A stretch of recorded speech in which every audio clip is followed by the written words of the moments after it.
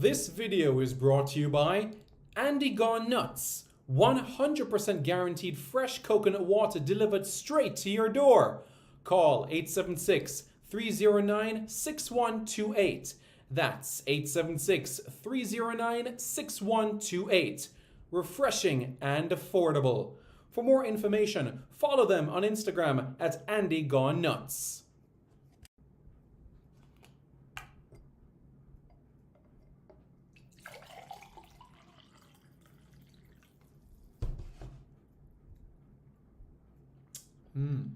Truly refreshing. And Crumble by Mrs. C. Old English fudge and other delectable sweet treats. Call or WhatsApp 876-586-0471. That's 876-586-0471.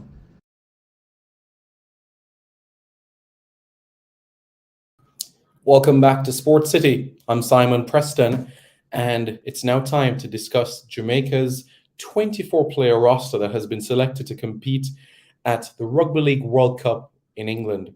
This will be Jamaica's first ever appearance at the Rugby League World Cup, and also Jamaica will be becoming the first Caribbean nation to ever play in a Rugby League World Cup. Jamaica booked their qualification to the Rugby League World Cup by virtue of winning the 2018 America's Championship, which took place in Jacksonville, Florida in November of 2018. Yeah, almost 4 years ago to the day. So Jamaica qualified after defeating the United States 16-10 in the final. The United States, by virtue of coming second, they went into the Intercontinental playoffs against the Cook Islands, but the Cook Islands won that, meaning that Jamaica will be the only America's nation competing in the men's World Cup tournament. So, without further ado, let's have a look at Jamaica's squad that has been selected for the tournament itself. Here we go. And here we are. That's Jamaica's 24-member squad selected for the World Cup. Greg Johnson, Batley Bulldogs, and remember him from his time at Salford Reds. Salford were in the final of the Super League not too long ago as well. Greg has been a representative for Jamaica for a number of years now. He might not have played in the qualifiers, but he has been around, and he was even recalled to the squad for that match against England Knights in 2019. AJ Wallace, Bradford Bulls, Aaron Jones-Bishop, Cornwall, RLFC, we saw him at the qualifiers. Ross Peltier, he's been around for over a decade playing Rugby League for Jamaica.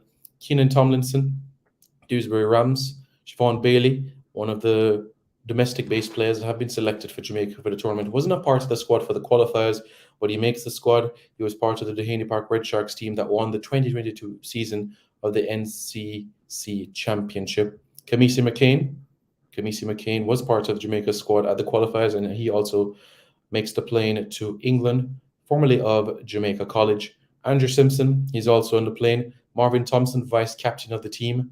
Calabar Old Boy, Renaldo Wade.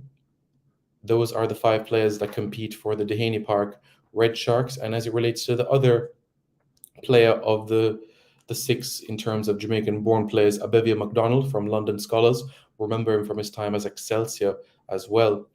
To complete the list, we have James Woodburn-Hall. He was a member of the squad in the qualifiers. Ashton Golding as well. Michael Lawrence, his debut for Jamaica came up against the England Knights team in late 2019. Kieran Rush, a new face to the squad, so is Bradley Ho. Mo Agoro, we remember him from the qualifiers as well. Joe Farrell, Ben Jones-Bishop, Joe Brown, Alex Young, Jacob Ogden, was also part of the squad in the qualifiers. Jordan Andrade, and the man who will be making all the conversions for Jamaica in the tournament is Jy-Mel Coleman. So that is Jamaica's 24-player squad that has been selected for the World Cup. It is, you could say, a balanced squad, a mixture as well of youth and experience. And this is what head coach Romeo Monteith had to say. He said, "We're excited to mix it with the best players in the world, and everyone is ready to give their all. We encourage everyone to get behind the team and join us on what should be a terrific as well as a historic journey. We first made our international debut in 2009, and to have qualified for a World Cup less than 10 years later speaks about our commitment and tenacity. We are in a very tough group, but our aim is to give ourselves a good account of ourselves. The World Cup is the pinnacle of the game, and we hope this will be the first of many appearances." So the Jamaican team, they will open their campaign against Ireland on October 16. And guess what? That fixture against Ireland on October 16 is the 6-year anniversary of Jamaica's biggest ever victory in Rugby League.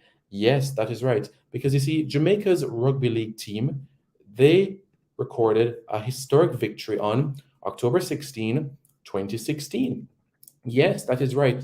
Because they defeated Ireland 68-18, rather 68-16 in Bray, Ireland, October 16, 2016. So the 6-year anniversary, Jamaica will be taking on Ireland in their debut at the World Cup. So that will be Jamaica's first game of the tournament. 6 days later, they'll take on New Zealand, a team that has won the Rugby League World Cup before, and then they'll end the group stages in Manchester against Lebanon on October 30. The top 2 teams from each group will not only advance to the quarterfinals of the competition, but they'll also qualify for the 2025 tournament in France. So Jamaica in itself, you could say, have 3 bites of the cherry, you could say, or you could even say 2, because if Jamaica finishes in the top 2, then they'll qualify for 2025. Okay, if they don't finish in the top 2, which I know they won't be thinking, they'll be thinking that we can finish in the top 2 of this group, there'll be the America's Championship, which Jamaica will host next year alongside the United States, Canada, and one of Chile and Brazil. And basically, the 2 teams that go to the final of that championship will qualify for France 2025. So a grand opportunity for the Reggae Warriors to become Jamaica's second male sports team to qualify for back-to-back World Cups. Jamaica's men's lacrosse team were the first to qualify for 2018 and 2023, and Jamaica's Rugby League team, the Reggae Warriors, have a grand opportunity to become Jamaica's second male sports team to qualify for back-to-back World Cups.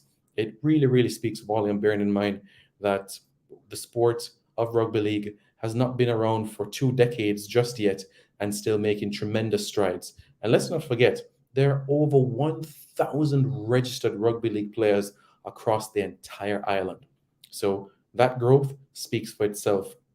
And it's amazing to see the level of enthusiasm that is building towards the competition proper. So, Sports City fans, let me know your thoughts in the comments below. How do you think that the boys will get on in England?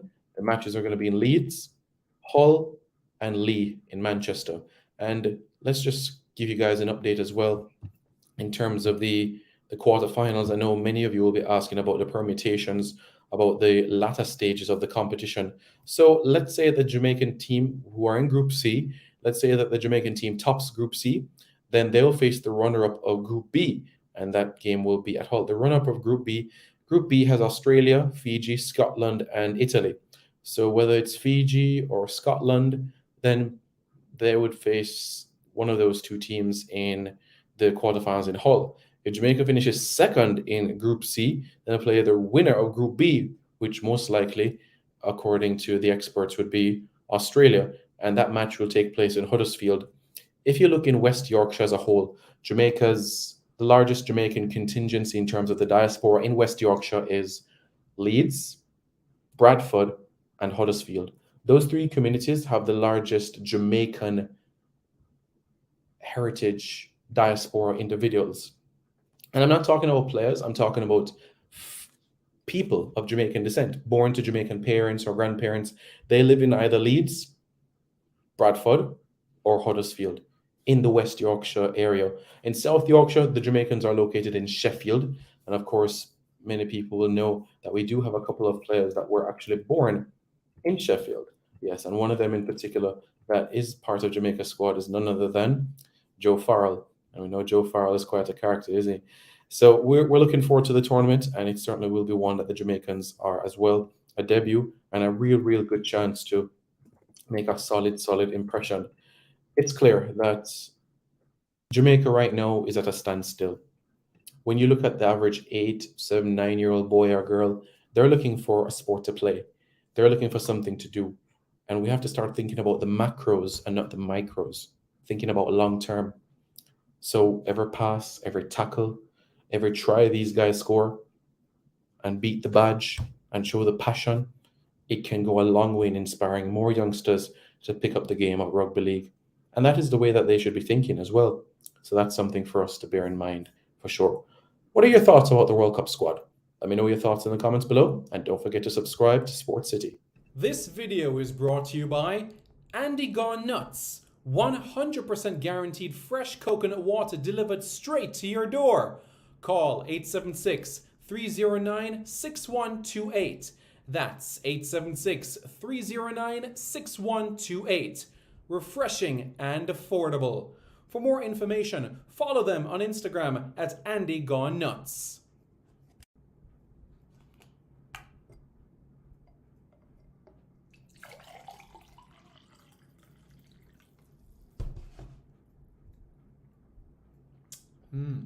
Truly refreshing. And Crumble by Mrs. C. Old English fudge and other delectable sweet treats. Call or WhatsApp 876-586-0471. That's 876-586-0471.